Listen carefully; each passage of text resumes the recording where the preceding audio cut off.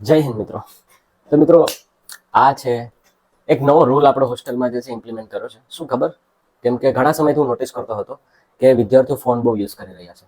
નજીકમાં એની એક્ઝામો છે, જેમ કે એસએસસીજીડીની એક્ઝામ છે, અગ્નિવીરની એક્ઝામ છે, બરાબર. તો ઘણી બધી એક્ઝામો છે નજીક આવી રહી છે અને એમાં પણ વિદ્યાર્થીઓ જે છે ફોનનો જે દુરુપયોગ કરતા હતા.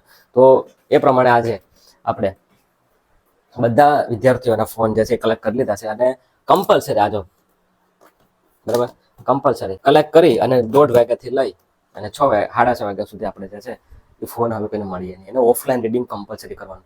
રાતે તો આપણો લેક્ચર હોય જ રાહુલ સરનો, બરાબર, એટલે 8:30 પછી તને ટાઈમ ન મળે, પણ એ પહેલા વચ્ચેના આજે ટાઈમ હોય ને એમાં એને રીડિંગ કરવાનું. બાકીનો ટાઈમ હોય એમાં એને રેસ્ટ અને મોબાઈલ જોવાનો, તાકી ટાઈમ જ ન મળે. હવે આપણે જોઈએ કે બધી કરે.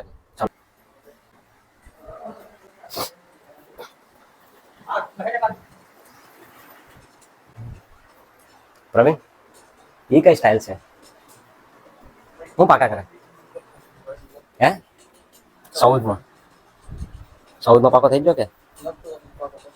ઓકે, બરોબર. બધા પાકા કરવા થઈ જાવ જોઈએ. ગાદલા હજી ઉપર જ છે, લાવે નથી ને?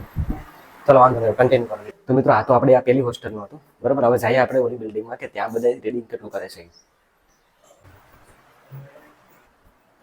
ગાદલા ઉતારી આવે પછી ગાદલા ઉતારી આવે આંખમાં શું થયું?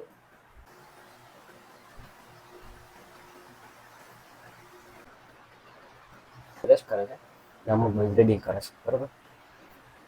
તો આ હતું આપણે વિદ્યાર્થીઓ જે છે એ તૈયારી આપણે એને કરાવડાવીએ, તાકી શું છે કે ડિસિપ્લિનની તૈયારી કરી શકે. એના બે જ ઓપ્શન છે, કાં તો રીડિંગ કાં તો રેસ્ટ.